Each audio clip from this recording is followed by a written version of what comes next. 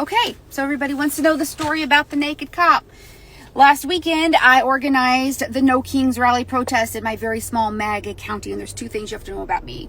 One, I am extremely outspoken. I live in a very MAGA county, and I'm very outspoken about my beliefs, and because of it, I get a lot of crap.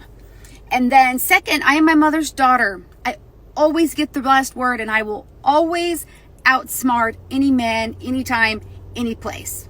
No ifs, ands, or buts about it. Prior to the protest in Missouri, our governor released some sort of a warning and the National Guard about all of these protests and violence and blah, blah, blah. And then several people in my county called the sheriff's department and said that name dropped me, that I was planning all of these violent protests throughout the county and that I needed to be watched and all of this bullshit. I'm not a violent person. Nothing was violent. We had an amazing protest, very peaceful. And when the sheriff was there that day, he was like, "This is great. This is perfect." He was extremely supportive. However, after the event, in the next couple of days after that, there were several people in the community who thought they would get on social media and just basically bash us.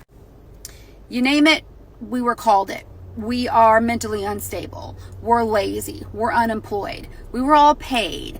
We're idiots. Anything, like, just over and over and over and over. One man in particular, who is now a retired cop, made a comment about, what did you actually accomplish? What did you get done? And I replied to that comment, what I think the No Kings protest accomplished. I said, it is the largest protest in American history, and we are standing up against the rise of authoritarianism in the United States of America, and that there are so many good people who would do so much good for other people who are sick and tired of watching what is happening actually happen. And so until we all rise up and do something, we have to keep talking. I said, and we're going to not shut up until we can quiet all the racist, bigot, MAGA chuds in the world. So said ex-police officer says, "Oh, you better shut up. You better quit. Watch what you're talking about. You have a tarnished past. You have no room to talk about anything. You are no angel. Your past is so tarnished." Well, he's referring to the fact that I am divorced, and divorces are divorces. And I guess my ex has said some things about me, which, whatever, that happens. It is what it is. I don't care. But because I always like to get the last word, little Mr. Retired Cop forgot the fact that he was caught handcuffed, naked, having sex with a woman in his cop car, tax-paid cop car, on taxpayer time. And I guess he thought after, several years, people would forget about it, because honestly, he got away with it. I mean, there was no disciplinary action for him.